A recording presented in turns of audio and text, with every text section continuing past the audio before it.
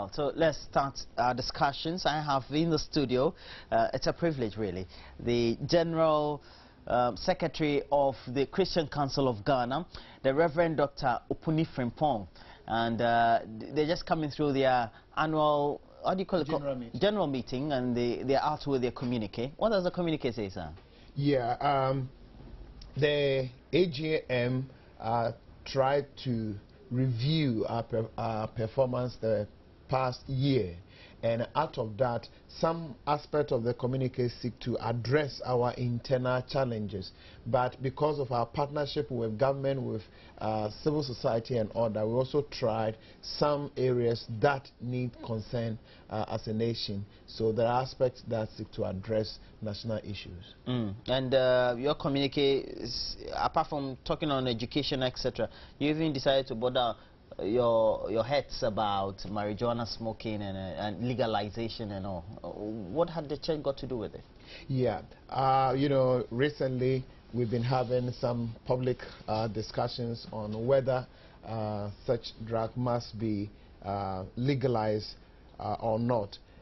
For now, even though those who are going for the legalization are using countries like Netherlands as case study, but you go to those countries, they have rehabilitation centers, they have such structures that help rehabilitate people who are into drugs as a result of accessibility, as a result of the legalization. Our part of the world, if you go to some of the mental hospitals, they tell you the number of young people who are having mental challenges as a result of drugs. And just there, you push them there, and even when they are back to society, getting them integrated is a problem. You don't solve all this problem and you jump into legalization and you realize you are not ready for it. So we say, as a country, let's accept it. Even though it's true elsewhere, they've been able to go to that extent. We are not ready for that. Okay, now let's tackle it, your communique. Let's start with education. The issue about, for example, you said the government it should be commended for its decision to make senior high school progressively free beginning from 2015. Now you're talking politics. We are not talking politics. If you mean politics, is NDC, NPP. But we are talking about development. We are talking about national interest. Let's draw lines between political interest and national interest. Certain things are political interest. There are interests of MPP and CPP and all that. But we are in together. For instance, education is key to national development, and it affects all of us. So if you all know education is good, and I must say, in fact, in the history of this country, even before governments joined education, the churches were already there. The churches started education in this country before the colonial government joined. And as at now, almost all the best second cycle institutions in this country belong to the churches. So when you talk about education, even though it is true, sometimes you get the impression that education has been politicized in this country. But the fact remains that the churches have a very prominent role to play in educational development. So you're big stakeholders. Exactly. The major stakeholders. Exactly. In that case, we don't come in as, say, a manifesto, somebody's political agenda, but we come into education as national development, you know, as national interest, something that affects all of us. So not what politicians are doing with education. But the point is that on the platforms in the church, you don't preach about education. You preach about basic moral principles and how they influence livelihoods, society, etc.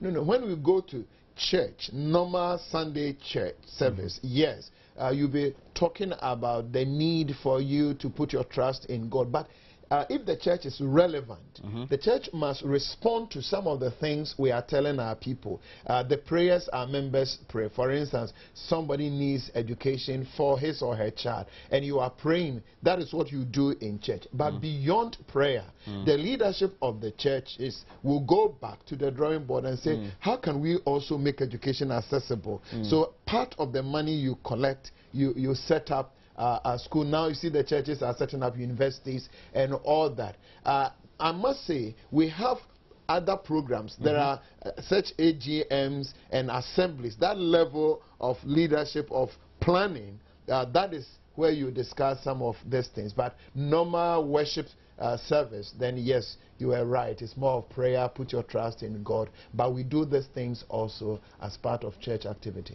During your discussions, your annual general meeting, that very subject, I believe recently we've had a lot more of the missions, the missions come to talk about the return of the mission schools back to the original owners or the church. Did it come up for discussion? Exactly. What were your conclusions? Exactly. You see, like I said earlier on, education in this country was started by the churches before the colonial government came in. The colonial government came in with some support to the churches. Later on, had what we call government-assisted school. The churches acquired the land, built their facilities. Government came in to support payment of salary. So it was a kind of partnership that the churches and the government entered into. I must say, along the line, the churches felt a bit marginalized, felt a bit sidelined. And so, for instance, when Mr. Stuart Gabriel was the Minister of Education, he set up a committee to review the partnership because of the complaints that the churches were making. Wonderful recommendations were made. They were not implemented, I must say.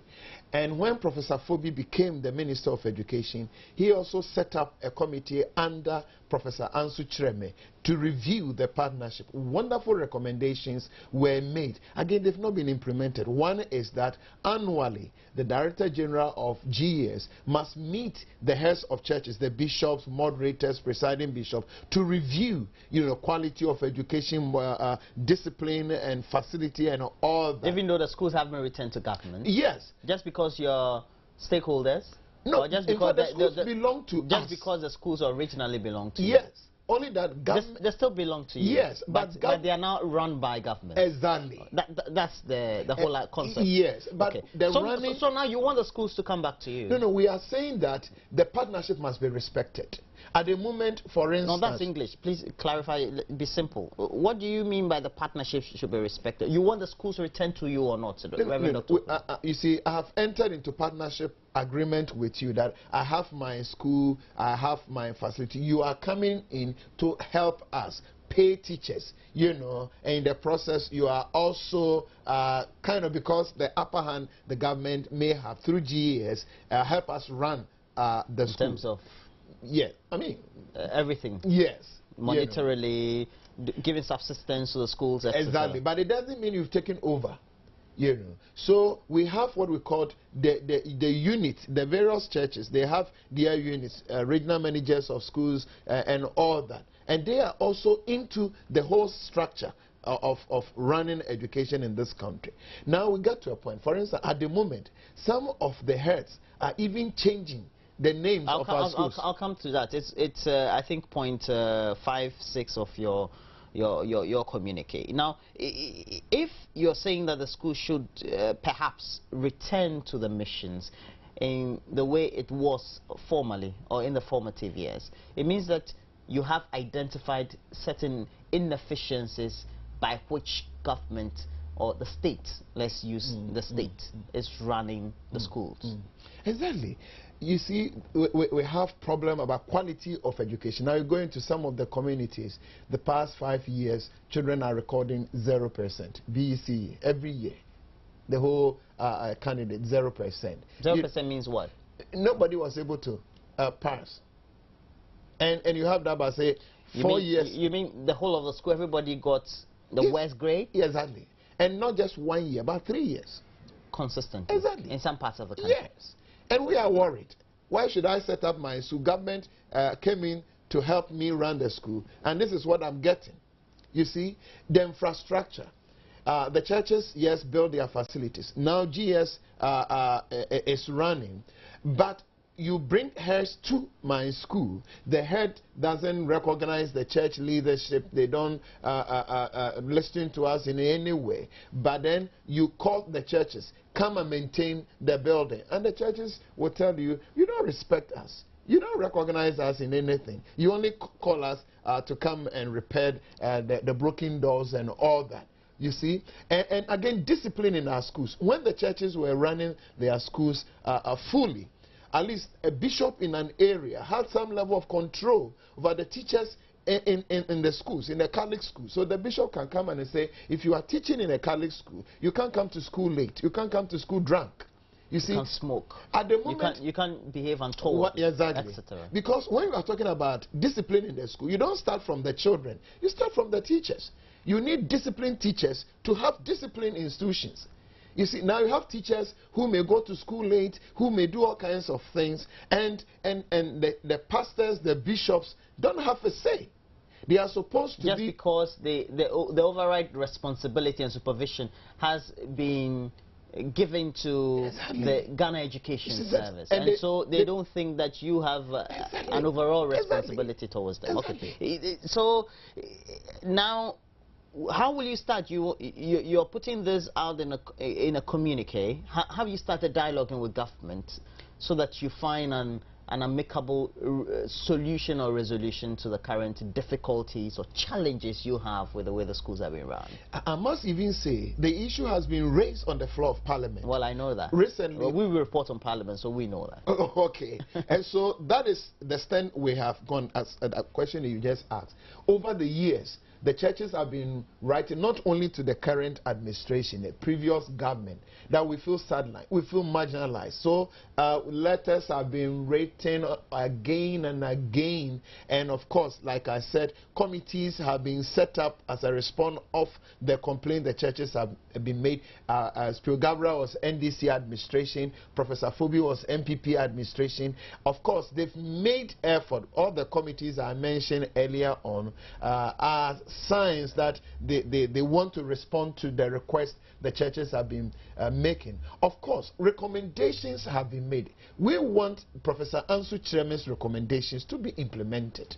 You know, so that we have complained. So apart from what you told me about the Professor Ansu Chireme's, and you have to pardon me, I haven't read the report, yeah. And since you're very much apprised with its content, can you apprise me whatever the content are?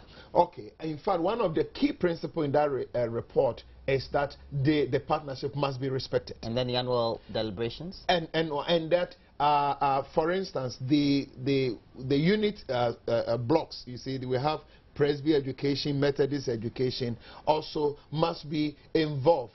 They must be involved in recruitment, for instance, getting teachers into, say, the Catholic school, Anglican schools, and all that. Now, that has been the step. If you go to, I wish we have somebody from GES in this discussion.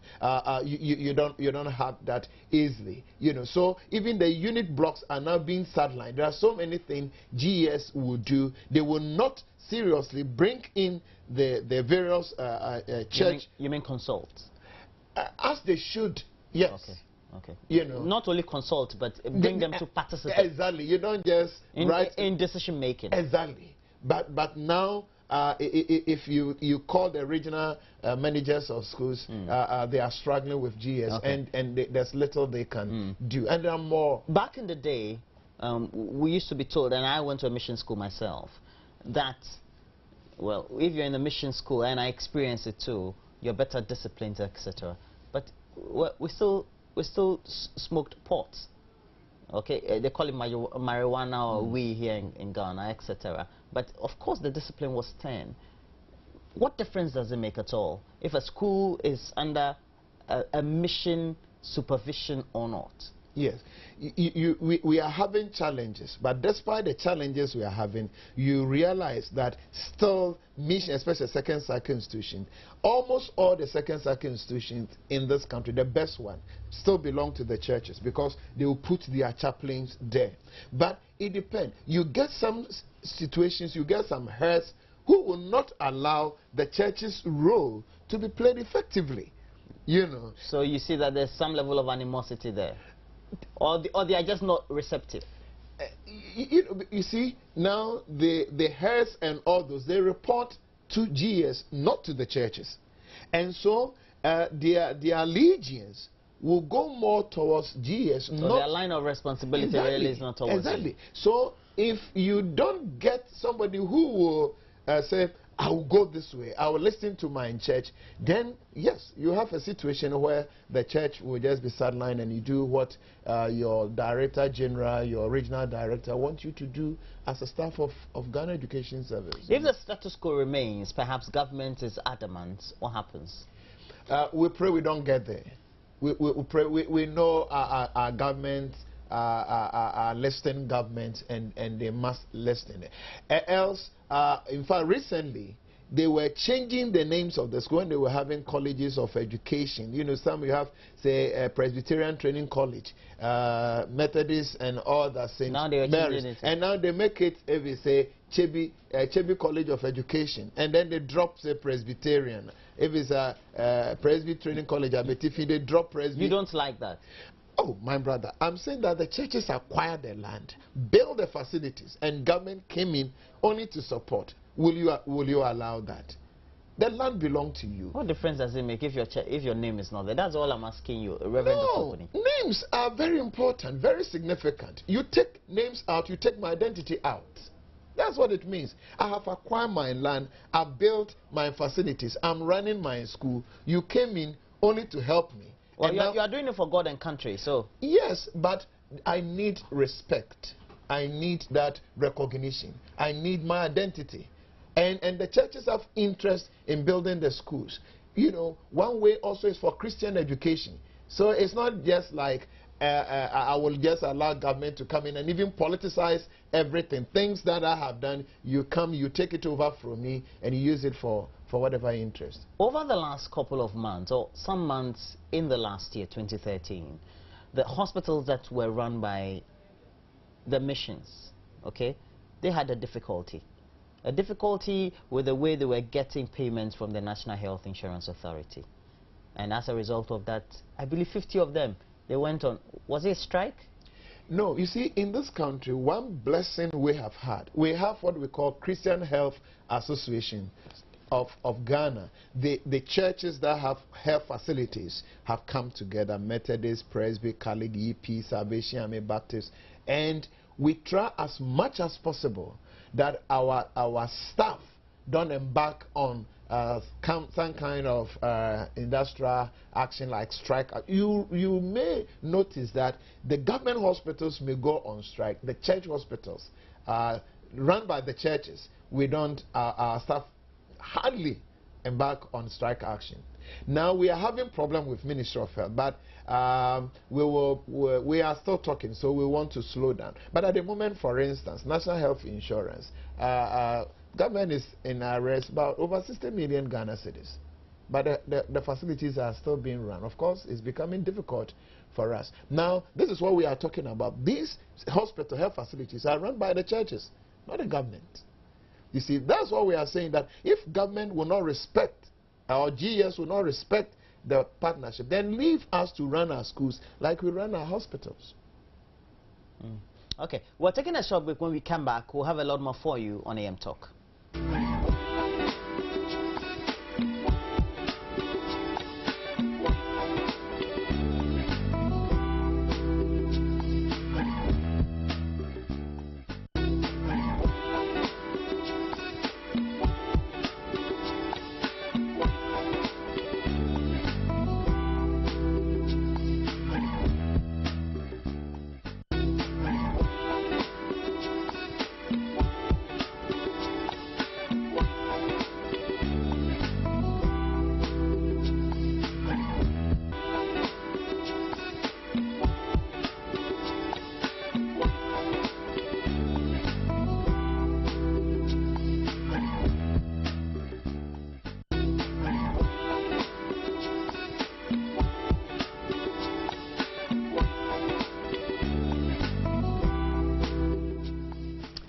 We've been joined by George Osei Bimpe. He's the country director for Send Ghana.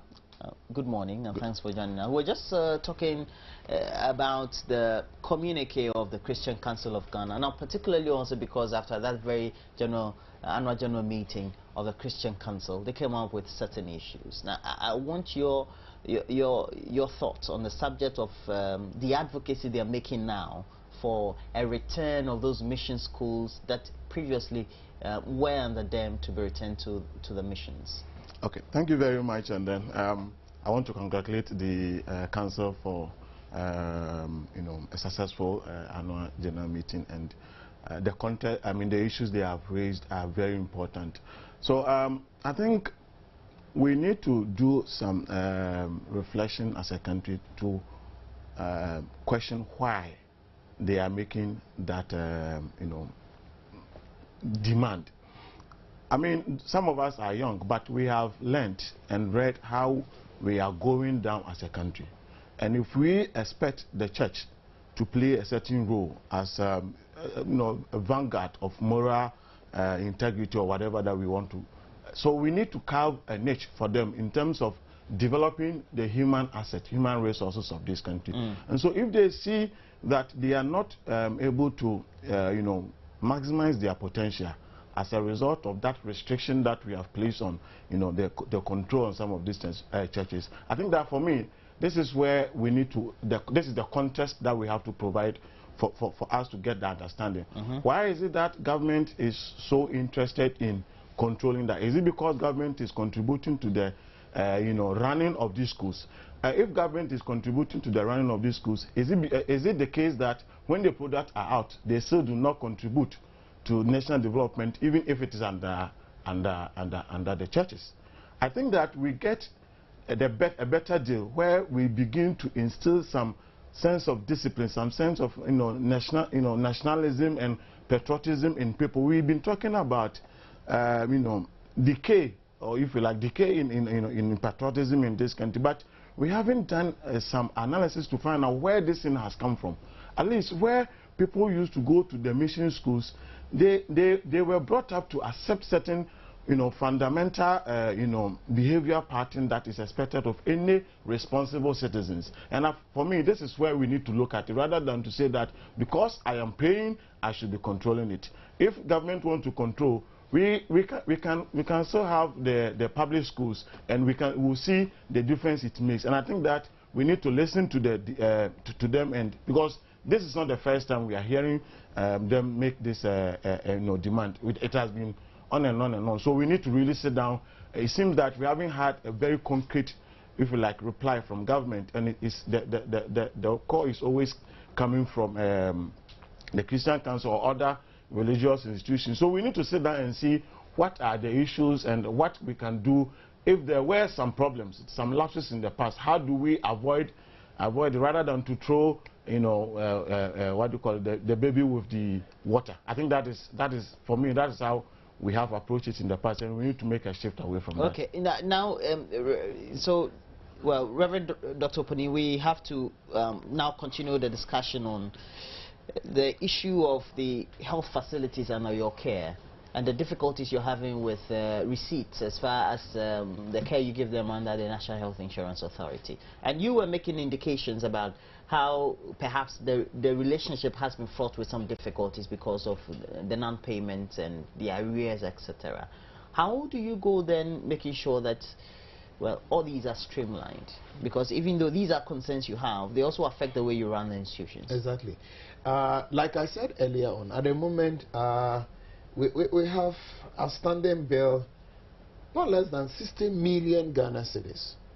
All the Christian Health Association together, Catholic, Presby, Methodist, YP, Salvation Army, hospitals. Now the National Health Insurance is yet to pay work we have done more than 6-8 months, and it affects because we also borrow. You are talking about drugs. So some of our hospitals now, you go to the pharmacy section department, they are empty. We are talking with Ministry of Health and want to believe the promises they've given to us will be fulfilled, so that we will not be pushed to a point where we will not go on strike, but we may not be able to accept a patient who walk into our facilities. Well, you've been there before. Until the last tranche of nearly, and then because we had reports, especially in the Ashanti region, that some of your facilities were not treating patients or turning away patients. We were pushed close there. And that's why we are saying now we are talking. You see, you will only be pushed there. It's not something, because our facilities are in the rural areas. And you see what you do as a ministry, you know. But then if you have outstanding bill, I'm talking about 60 million Ghana cedis. And we are church people, you see. And so where do you go for money? And the mainline churches, huh? You said? The mainline churches, we have money, but our monies are into education, into health, and all that. But if you run a health facility, and you have outstanding bill about 60 million Ghana cedis, you are near collapse, you know. So then you are forced to a position where the option left is, I'll still run the hospital, but I may not be able to supply drugs, something we don't want to do. Now, Mr. Bimpe, is that a difficulty for you when the mission hospitals are having some of these difficulties with payments or their receipts of whatever they're supposed to be paid from the National Health Insurance Authority, okay, so after treating patients? Yeah, Roland, this is how I look at it. Many of their facilities are located in the hard-to-reach areas. These are areas where we are recording, if you like, useless maternal death. We have missed our target of 185 per 100,000 births. We are now hovering around 350. We have missed that target by, already we have missed it by 2015. So it's quite worrying when we have problems with some of these institutions that are delivering services at the, what do you call it, at the fringes, where poverty is, looking you in the face. But I want to put the issue into a broader perspective in terms of the sustainability or financial sustainability of the national health insurance. And I think that the discussion should be, how can we make the scheme sustainable? So the missions hospitals also don't suffer? Yes, like so it is not only, it's not only the mission hospitals, but I sympathize with them because they are delivering a unique service to a unique segment of our population. And that is why I want to look at it. So they may make some, if you like, noise today for them to attract government attention.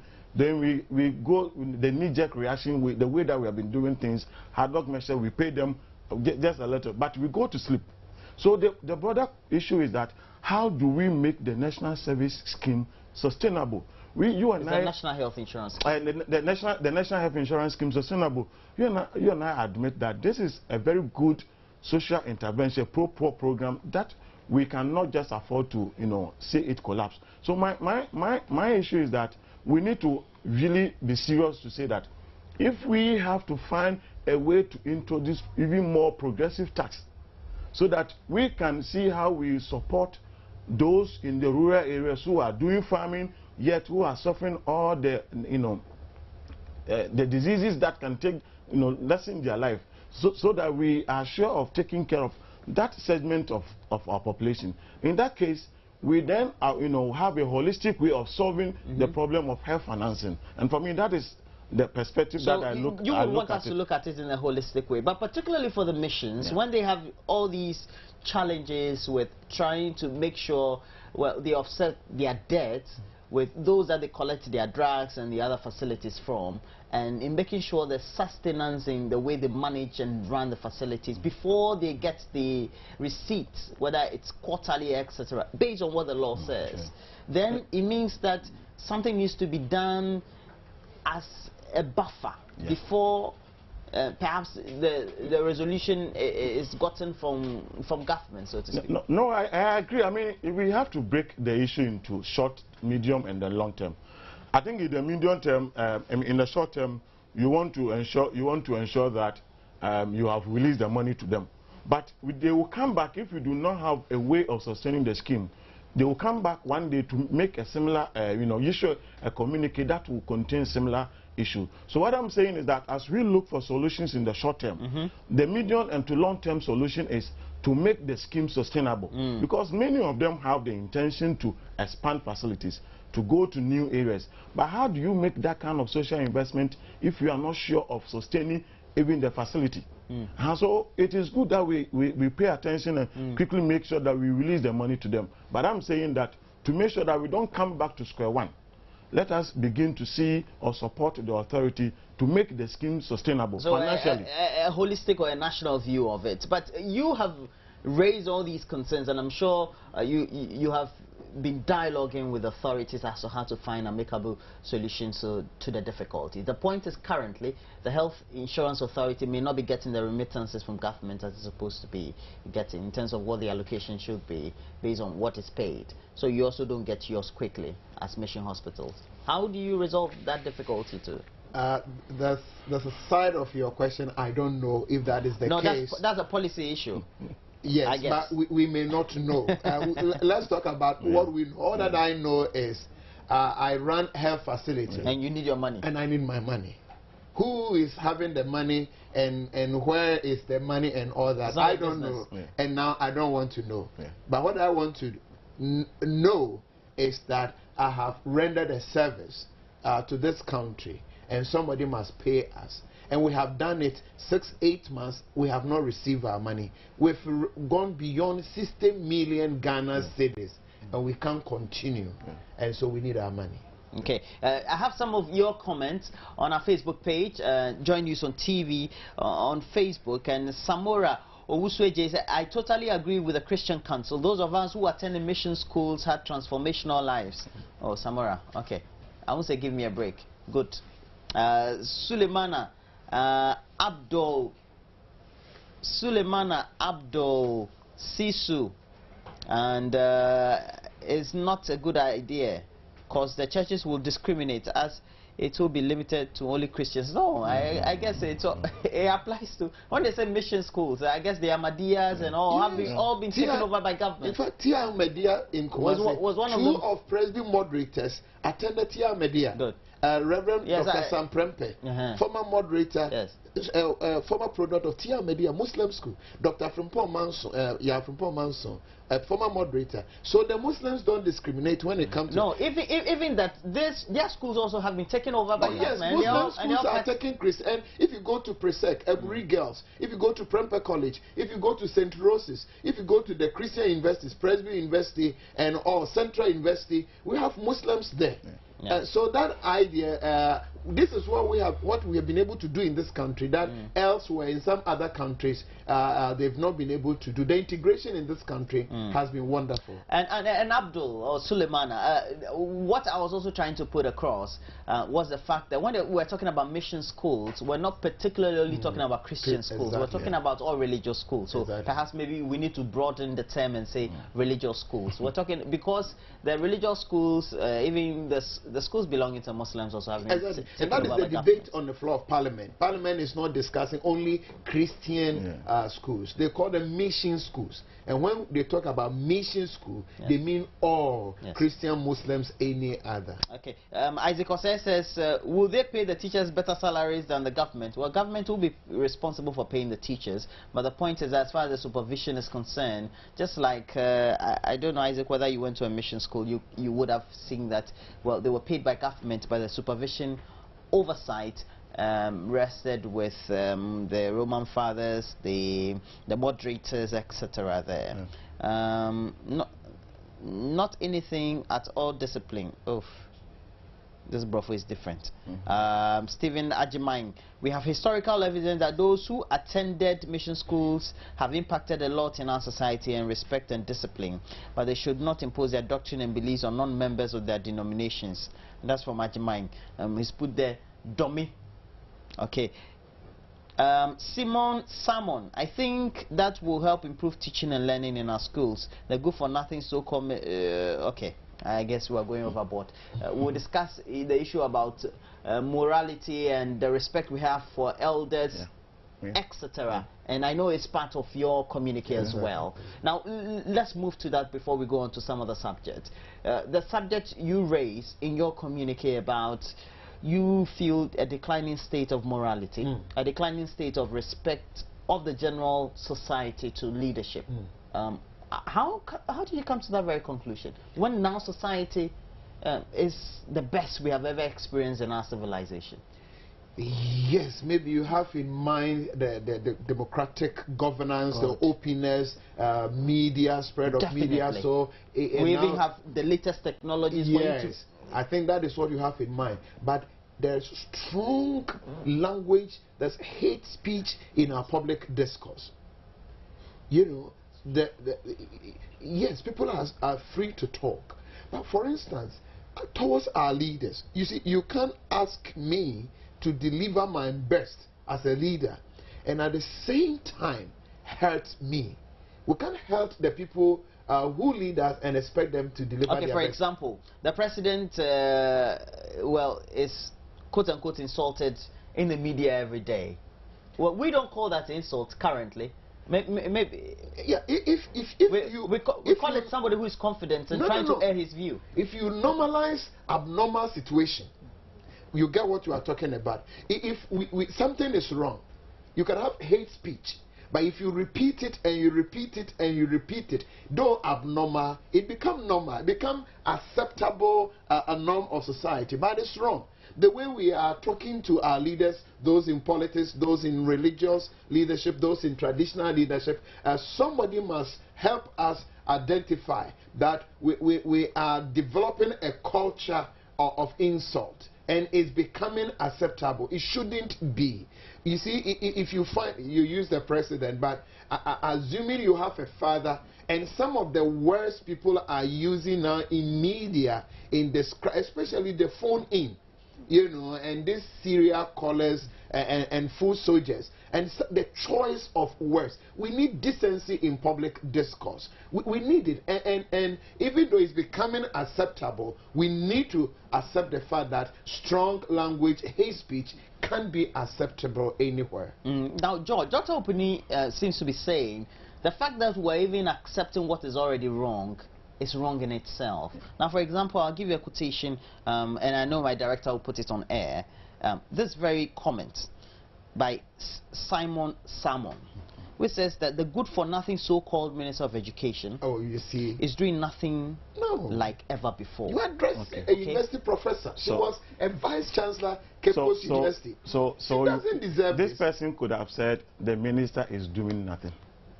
Okay, so the good-for-nothing so-called Minister of Education could have read. The minister is not doing anything about it.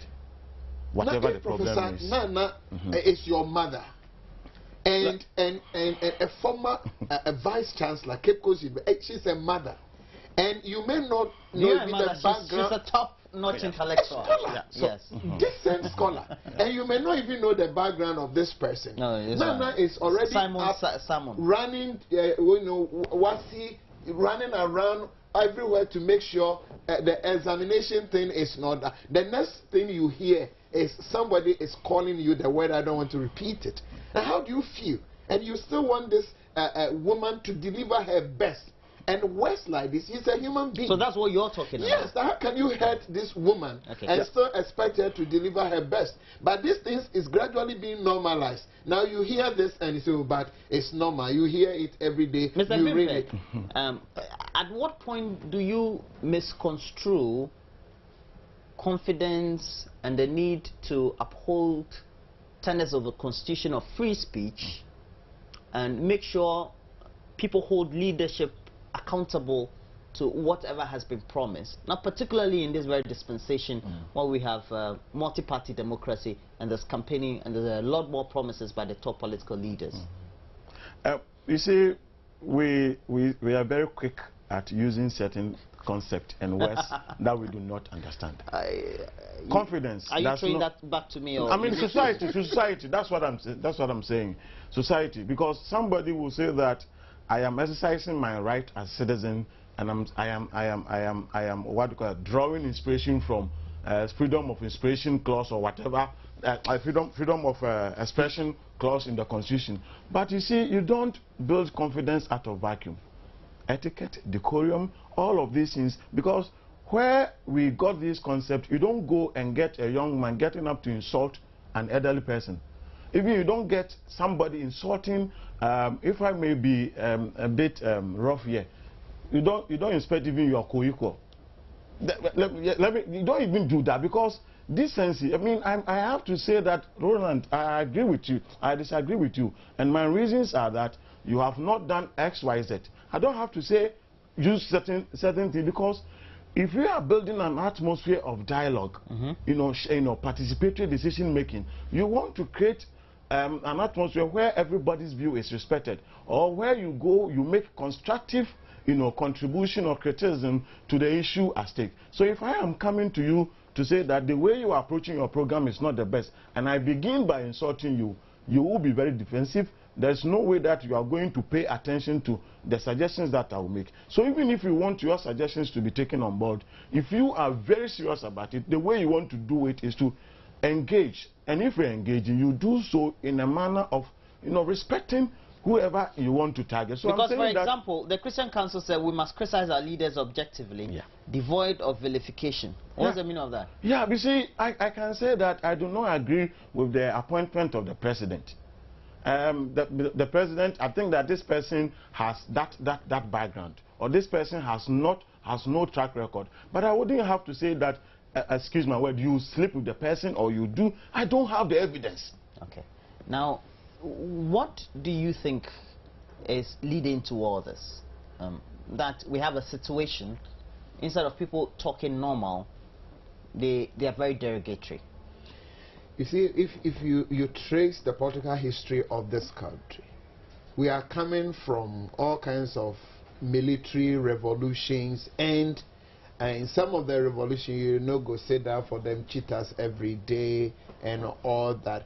And now we find ourselves in a new era, a new dispensation. Sometimes it seems to me like now we have been freed from whatever all these years, and we've been able to discover our voices, and therefore people feel now we can speak, we can talk, and we therefore can say anything. We are maturing in our democracy, but one of the things we must know is that we have new opportunities, and how to handle that new opportunity is very important. If years ago we didn't have that, and now we have it, and therefore we want to believe that what it means is I can open my mouth and there's something we call verbal diarrhea. You see, you open your mouth and you think anything must come out of your it shouldn't be. So yes, we have new freedoms. Media houses all over. You can pick a mobile phone and call. It is wonderful, but the parameters must be there. We must draw positive boundaries. That public discourse is an art. The decency must come, and maybe I must use your platform to plead with hosts of breakfast show and such, that there are certain people you must not give them oxygen. You see? You must not give them the platform to. Okay. Please. Okay. And the owners must also support us. We need decency in public discourse. And if we don't take it, before we are aware, we are normalizing abnormal practices in this country. And you may not know the day that they will get out of hand. And we may discourage. Gradually, there are decent researchers, scholars, who can contribute to national issues, but they are all going backwards, because how can you address a full university professor, a former vice chancellor, with words like that? So such decent people feel that I better stay at home and do my consultancy and all that. And at the end of the day, we suffer as a nation. So those who have platforms must also make sure they just gradually push all of us to the realm of decency. You can't just attack people freely like that. Dr. Opuni made mention of parameters. Now, how then do we also bring in issues of structures? The structures that will make sure these that we have identified could be nipped in the bud or kept, so to speak, even if we can't stop them at all. I think that well, we can start one with the institution that regulate for example, the media scene. Okay. Some of us are the media is always blamed for a lot of the things. You see, whilst for example, multimedia may have their own standard, another organization thinks that because they are, prosecuting a particular agenda, they would allow that because that is what thrills their followers. So we have a very fragmented, if you like, agenda. An agenda that doesn't serve the national interest. So that is one thing. If you can have a situation where all owners forget about national media organization, because they seem to have their own challenges. All owners will have a very diverse principle, but they fit into the national agenda, something that reflects the Ghanaian, what they call personality, the Ghanaian. Because all of these things started from somewhere. And one thing that is happening is that society seems to be glorifying some of these things. Because if you do it, then they say that this person can challenge. This person can do that, so let's push that person. And you think that has also permitted our political discourse? And that is why we have, that is why, because if you find somebody doing the wrong thing, you see that people massing, support. And that person is hailed as a hero. And I think that if we do not discourage this and say that you're on your own, if you do something that threatens human security, national security, that derail the development of this country. And we might not take some of these things serious.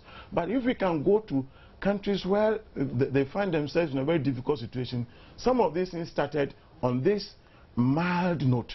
And people did not pay attention. Even when people raised alarm, nobody paid attention because it served their interest. But when it explodes, at that point, if the bubble bursts, at that point, we will not be able to make it will shift position from even political to something else. And at that point, we may not be able to contain that. And that will take us back to about 200 years or something. Because if you visit countries where they have had some of these challenges, even 10 years, 20 years after problem is solved, you see that they have retrogressed in a way that they will not be able. So the National Media Organization is one, and I think that here is where I appeal to the Christian Council, because even among the churches, you see some of them fighting, using the same media. Using the same media. Of indiscipline among themselves. Among the, well, I wouldn't know whether they are members of the council, because I know that majority of such people are not members. How do we, and I think they raised that point about registration of churches. We need to take that one serious, in as much as people have the right to Because talking about churches, I have to come to you, Reverend Dr. Opuni. The subjects that you talked about, beyond the registration, that your own concerns about the massive display of opulence by especially the current, infantile churches that we have now, right? I don't want to say unorthodox churches and all. The opulence displayed by the leaders, etc. How is that a concern to you? No, you see, I'm a pastor, but my understanding is God's interest or God's plan, purpose for me is over and above my personal comfort. Not that God will not take good care of me, but the purpose of God calling me is over and above my personal comfort. As if to say, I must be there for others. That is the essence of ministry. Now, if you look at the mainline churches, not that we don't have money, you see, but we will rather give our money to education, to health, Because? That is why I said the purpose of my calling is over and above my personal comfort. I have people in my church, they can have access to education, they can have access to good health services, and then I multiply vehicles. Any latest car in town, I must taste it. As a church leader, there's nothing wrong. There's nothing wrong. There's nothing wrong. If you as an Orthodox church leader, you decide not to buy the latest BMW, you decide not to buy the latest four-wheel car on the road, that shouldn't be a concern for another church leader who feels that, like what is happening in America, and I've seen that it's been replicated by many pastors across the world, televangelists, who have made the argument that, well, Christ made Christians prosperous as well.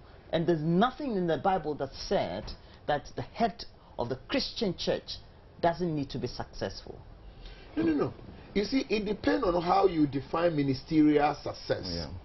If ministerial success I preach, and the life of people, they come to give me great wealth. There's nothing wrong with that. That is not it. Business people may think and talk like that, but we are not business people. You see, business person can think me, myself, my own, and I. You know, a pastor shouldn't think like How that. should a pastor think? No, a pastor must, you see, it's like your joy is my joy. You understand? So we are there that because of us, in us and through us, God will reach out to others. So the more I have people who can't have 2 meals a day in who the church. In my church. But I have 5. And so a business person can think like that. But the pastor must also be thinking about that poor, because we serve a Lord who will always. So what should the pastor do then? Not spend the wealth? No. We don't want to attack anybody. Yeah. No. We're talking but the point we are making is the issue about human dignity must be at the center of church work. That the church must be there for the oppressed. The church must be there for the poor, the vulnerable in society. That is the caution we are. So pastors who have whatever can use it. But let us also know we have the poor and needy among us. And it is our spiritual responsibility. A business person may not have that mandate. But for us, we have been called to serve the world, to serve the nation. And therefore, we are just reminding ourselves that we must be there. We are in Easter, you know, and the essence is sacrifice. That we must die a little for others to live. That is all that we are talking about. And our pastors must put the needs of the vulnerable in society at the center of our budget. Well, you go to church, I'm sure, because in Ghana we're all religious, yeah. or in Africa we're all religious. Yeah. The point is, many are leaving the Orthodox churches for the non-Orthodox, the latest one that promise prosperity. Yeah. They preach success, gospel, etc. And we all want that because we're ambitious and we want to be successful. Okay. Why not my church leader? Roland, if I was using money and that money I worked for it, that is my money, and that is where I am a business. That is why I will be a businessman. And so if you are a pastor and you are riding in that car, the question you need to ask yourself, where did the money come from? It was given to me as a gift. That's a different issue. And I know that there are some good men of God who will get all those cars, yet they will give it to people. I'm not saying that they should go and have, but know that the prosperity that Jesus Christ talks about is not this prosperity of the world. So, Roland, if you are able to eat a day, 3 square whatever a day, that is enough. There are some who don't get at all. That is where you need to think about those people. There are some who can pay school fees. That is why you need to think about those. They don't need to come to you. There are some who can take care of their health. Fantastic. That is why they don't have to come to you. I watch TV and I see that some people give only when somebody, through a so-called deliverance, the person says, and I am poor, and the person says, oh, give the person this. You have to have an institutionalized way of supporting the poor in your church. Whether you have to pass it through education, entrepreneurial, skills development, and so on and so forth. So it is unjustifiable for any pastor to say that because God or Jesus Christ has said that I am entitled to prosperity. And the reason why we have problems with that, you see, people are preaching prosperity irrespective of how people get that wealth. So you see so-called Christians in organizations who do all sorts of things to bring the nation down, to bring organization down, but they will go and give so much in church. And pastor, we here have to be bold to say that you don't need to glorify people because they have money. We don't give the first pew to them. Rev, how do you think that the concerns you are raising as a Christian council is also contributing to the pervasive decadence of morals in our society that also perhaps permeates the top leadership to the grassroots? Let me go a little bit back. If you go to Ivory Coast and you want to set up a church, you must belong to one of the ecumenical bodies. Ecumenical bodies means maybe say Ghana Pentecostal Council, Charismatics, Christian Council, and all that. In this country, you can wake up tomorrow morning, run and set up a church in classroom under a mango tree, and the laws of this country will allow you. And you don't need to be part of any of the Christian bodies. And so monitoring becomes a problem. code of ethics. You see, churches, I mean, about 19 mainline churches are members of the Christian Council of Ghana. And if you are a member, you are regulated, you are monitored. That we have code of ethics. Somebody we will meet. And you'll be asked questions. What is happening in your church? If you're a member of Ghana Pentecostal Council, if you are a Ghana Catholic Secretariat, if you belong to the Charismatic, somebody will question your action. And the Bible says that iron sharpens iron. But if you have a situation that you don't report to anybody, nobody has the right to ask you questions. And that is why we are, I must say also that the laws in this country allow people to rally around without anybody's permission and all that, you know. So now you have churches that when it comes to monitoring and regulation, it's becoming very difficult. But those who are in a communique council, you get somebody who will just tap your shoulders, say, brother, slow down. Slow down. The way you're going. Okay. I always have people, not only church leaders, etc., who come to discuss the newspapers. And since we're here, these are all issues we find in the news all the time. 45 containers of used fridges have been seized at the Tema Harbour. And on page 16 of the Daily Graphic, it says that the containers of the 45 used fridges were seized, and as a result of that, they were confiscated. We have 5,000 pieces. And we know that because of concerns of CFCs, the regulation worldwide has been that we don't need to be using them. But we have people, business people, who imports them into this country. And so the country has become a dump site. You think is the best way we have to go about it? You see, you should have asked another question. I mean, these things don't come to our market through the bush. They come through our port. This one were destroyed in a port. There are some already that are in the system. So how come that we have all this? We're all talking about climatic changes, ozone layers, and all that. And yet, some people have the ability of going through all the immigration, whatever, and spread such materials at Aboseokan. How come? We need to do that question. And then we need to do public education also. Maybe people must diversify their capitals. There are so many things we can do. Sometimes it's like, if I don't bring in this good, what else? There's nothing I can do as a business person. We need to enforce our laws. It's painful, though, for somebody to go to that extent. How much money will go into only to come for you to lose your capital? But as a country, we only to let do education on what the opportunities we have as a people, so that somebody can know that, okay, I can't do this, but I have several options. But my real worry has something to do with those who are controlling our borders and all that, that they allow people to come in and then they seize them and destroy them. The point is that you don't let the person import in the first place.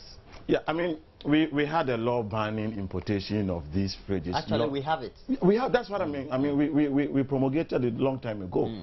This is not the first time I am seeing this. I have cited, I live on the Sprinters Road. I have cited several trucks cutting these fridges from the port. Really? Yes. So this is very surprising in the first place, but commendable that somebody is beginning to wake up.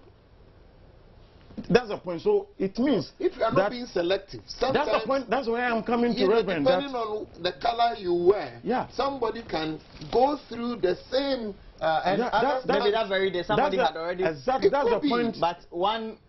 That's the point I am making. That somebody had that audacity to import in the first place, knowing that importation of fridges of this nature have been banned. So we need not to be selective in the way we apply the law, because I have seen those this. So if for the first time we are reporting this is very important. This is good, commendable, but they should keep their eyes open and take it from where a Reverend left off, that we need to let people know that we are being serious about enforcement, so that this is something that does more harm to our environment than good to an individual who is looking for money. If that person needs to still continue with importation, how do we link that person to huge multinationals that are producing fridges, so that that person can be supported? This is how you build national champions. So if the context is, if you don't look at it in that context and you say just also ban them, of course the issue of what do I eat also comes in. Let's build their capacity to even access some of these facilities, link them to some of these in that they have the capital. And if that person can import that much, that same person can import even lesser of good, quality fridges that he can sell it quickly and then be able to expand that business. Let's look at it that way. Now, Doc, is the best way to deal with the current problem, if it is a problem at all, if not a problem that has been created by ourselves and the institutions that are supposed to be responsible? Now, these are supposed to be outmoded out there. Yes. In the Western countries, it can't be used. Yeah. It can't be used. Yeah. But now it is dumped somewhere, and the same people package it in a container, put it on a cargo ship. Of course, whoever has asked for the freight and ordered is a native, or I'm sure does business around here. Yeah. Is the best. Can't we just return it back to the country of origin? No. Maybe I'm a pastor and I want to stay. There are some people who are supposed to handle such policy issues and such details in issues about migration and all that. But we must be serious with ourselves as a people. There are life-threatening things that in this country we joke with. You see, now I'm a business person. You go for products that are harmful, but you make money. So you go out and you find a way of convincing yourself and either confusing all of us that, what they are saying is not true. You can use this free, don't mind them. We've been using it all these years. But do you know how many people have gone to their graves out of cancer and all that such materials also are produced? So let's be serious with ourselves as a people. But my worry is how selective we have also been in this country. Yeah. Not that we don't know what is wrong, but there are some people who can do the wrong things, and either we close our eyes or we open our eyes but decide not to see, and there's nothing. Then there are innocent people who will repeat the same wrong, and we blow them front page things like this. But I want to believe what we are recording here, maybe from today we are going to see more of this. Else I would say there are other fridges in town. Yeah. And all those officers who arrested this particular person should go to the market and conduct a swoop. Exactly. Then we know we are being serious. But if you pick one person and you give him a front page things, and tomorrow morning I also go to the harbor and I see a truck coming to the market with this, then I ask myself what is actually happening. And that's my worry. Okay. I don't know whether this one could be said to be innocent. Daily Graphic says a woman 36 arrested at Kutika International Airport for carrying $650,000 worth of heroin. That's the street value estimate. Usually when they'll go and dilute it and they sell it more. So and the woman is said to be, or the suspect is said to be Mercy Ajman Prempe. She was coming from Tanzania and concealed the thing in these rubbers or polythene in her traveling bag. I thought, well, we're making efforts to discourage people, but according to the UN, though, the drug trade has become a huge business around the world, and it's destroying lives. That is, if it's used in transit, some is left locally for consumption, etc. It's destroying lives. What do you make of? No, I think first thing is a commendation to the law enforcement agencies, Narcotics Control Board, for keeping vigilance. There are a lot of slippages, but if we are able to make these, if you like, catch, that is that is positive. But you see, the point you make, the West Coast in Africa here has virtually become a drug transit point, and this is something that requires collaborative effort between all these countries to work together, because these guys are always ahead of the security agencies. They are very smart. They have very sophisticated way of operating, and so you cannot win the war against drug trafficking if you are not matching them, or at least if you cannot be ahead of them, you just need to be at par with them. So it is very good commendation, but we want to see more of this, more of vigilance because our ports, like entry point, are too porous, and she might be unlucky. Others are going through the system. I'm sure that very day. Yeah. Somebody. Yeah. What do you make of it? I mean, people's insatiable need to engage in this. Well, it brings a lot of money, though. Yeah. Good money. And they will be sitting at in the first pew. Good money. Oh. No, why do you? This is the second time you are. You see, no, this is not to you. Anyway. But, No, what we're talking about drug smuggling. Yes, you see, let's accept that we have a problem, and it's a universal. You raise it. It's you see, the drug networking.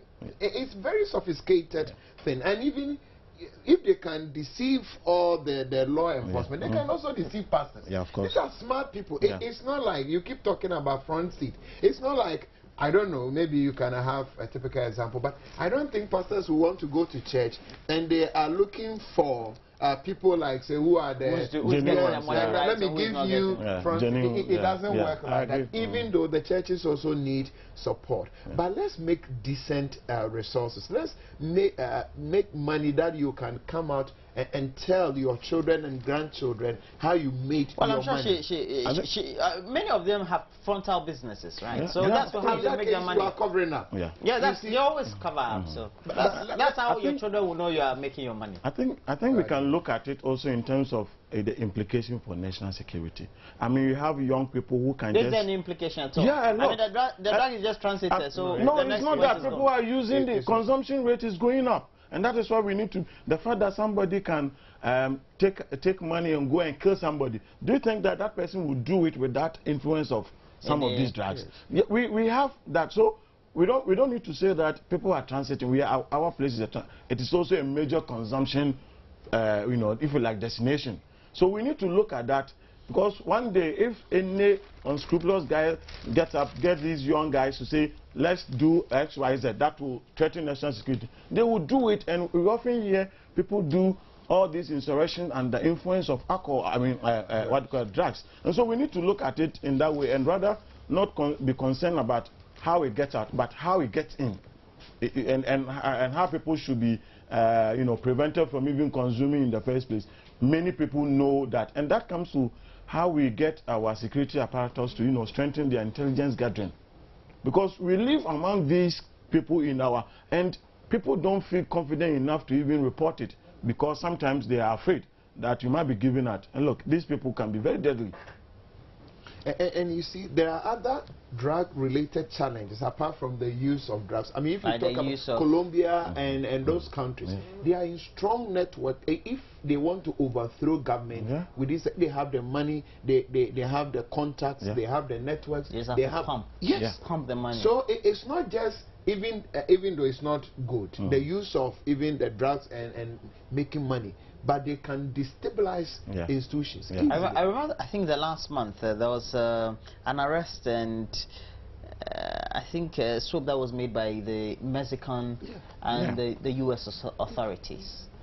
And the drug baron, I mean, the cartel, that the head guy of the cartel, he had gold guns, and they found $22 billion in his house. Yes, $22 billion. A tunnel. Then so many then the ones around away. the world to another. I said, gee, I got $200,000. And they run armies on their own. Yes, so it's not just okay. So we know that it's big business, and sometimes people can be easily enticed, right? God, I shouldn't be enticed.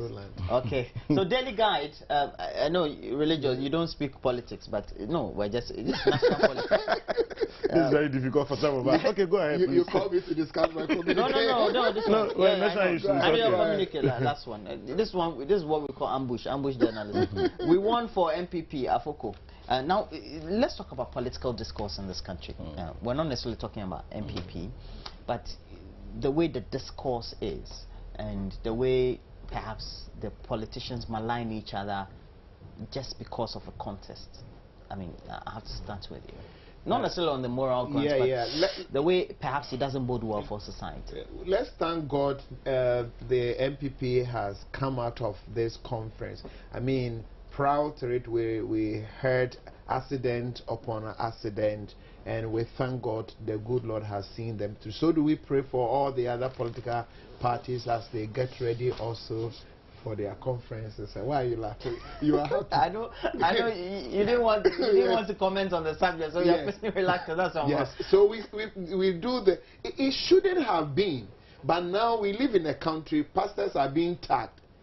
They are looking for who is a pastor belonging to party A, and now which even when is not so. It's when you even pray.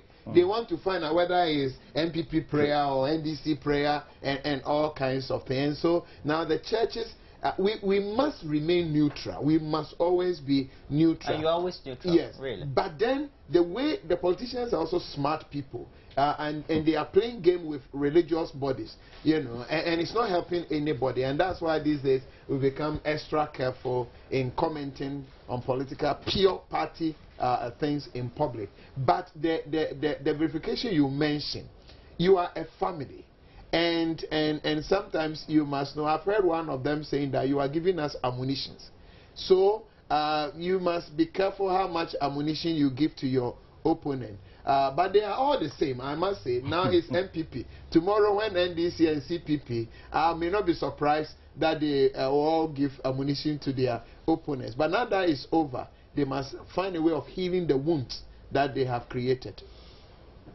No, you talk about political discourse, so I would talk about political discourse. And my fear for this country is that if we do not desist from 4-year campaign, you see, the very day a government is running, they begin to see how they can win power the next 4 years. The very day somebody goes into opposition, that person begins to work towards 4 years. Elsewhere, the best thing that people have done that have created wealth for the country is that all those activities go to rest immediately somebody is elected. So that we all come to the table to see how, at least in the next 3 years, we can make this country succeed. Roland, if my work as somebody in opposition is to, malign, sabotage, make sure that nothing works in this country, and one day I win power, are we not at square one? So that the same problem that I did not help the other person solve, that problems are there. But if we can have a political discourse, a political atmosphere in which there is consensus building, and Reverend, this communique made that point, there's consensus building. People do not necessarily look at how they can entrench themselves in power, or how they can get power by fair or foul means, but how can we succeed as country in the next 3 years, so that after the 3 years, everybody begins to campaign for power. If we can cultivate that kind of culture in this country, we will make progress. At the moment, there's so much polarization. People are so much interested in their party first. That is where we have problem with patriotism and nationalism. People put their party or probably their tribe or ethnic group first before they even think about the nation Ghana. And if you continue to have this, segmented society, the problems we have will be there, because the next time the government, the ruling party is in opposition, they'll also be looking at ways to make Ghana ungovernable, and we are the ones who will suffer. So it serves the interest of those of us who vote them into power to say that enough is enough. We want to see you demonstrate that you are making contribution to this country, whether you're in power or whether you are out of power. It is only when we begin to do this, and this requires a critical mass of what you call it, some civil society activism, for us to tell them that you cannot take us for a ride again. Government cannot take us for a ride. Opposition political parties cannot take us for a ride. At the moment, you don't hear alternatives coming from opposition parties. All that they do, criticize and criticize. You don't hear government also showing what they are doing or what they are doing to solve problems, and so that we are the ones floating. And this kind of thing doesn't help the country. Your comments will be the last comment, because I think you are speaking for the Reverend. He is afraid to always on the podium they'll say, I want you on national TV. But that's true. It makes it quite worrying for those of us watching and watching observing. and observing from non-partisan people like you, positions. the floating voter, but next to say you people are the floating voters. Yeah. You decide. And I wish that everybody will become a floating voter, so that the politician will not. There's nowhere in the world that we have. It's a wish. I think that we can commit to prayer. There's nowhere in the world that we have everybody are floating If water. we can have a critical mass, that's what the point I'm making. But where, if we have a critical mass, it begins from today. If we have a critical mass, then this way the elections. We begin from today that we begin to get citizens who ask government relevant questions, who ask political parties, opposition, yes, opposition's relevant questions. Well, what do you bring to the table? Do you want to wait till you get power? So what do we lose as a country in the time that you are looking for power? If we can get people with that good intention, then we know that we are in business. NGO man, they always do advocacy. So they have been given the mandate by society to question and talk. Yeah. Well, thank you very much. We've had in the studio George Osei Bimpe. He's the country director for St. Ghana. Thanks for speaking to us this morning. It's a privilege. Thanks and for another inviting us. more privilege. Reverend Dr. Opuni Frimpong is the General Secretary for the Christian Council of Ghana, and they just concluded the annual general meeting of the council, and they came out with I believe a 64-point communique. Long. We couldn't discuss all the issues here because they even had concerns about marijuana legalization and a lot more issues that we haven't even touched. GMOs, economic partnership agreement. You know, Christian Council of Ghana, almost like ECOWAS now, right? Okay, so thanks for speaking to us. And we say it's a privilege to have you, and also a privilege for you also contributing to the subject matters of discussion for the morning through our social network pages. On Facebook, you've been joining us on Join News on TV, and also through the short code 1760. Would have to say that it's a wrap for AM Talk, but still we have a lot more on the AM show.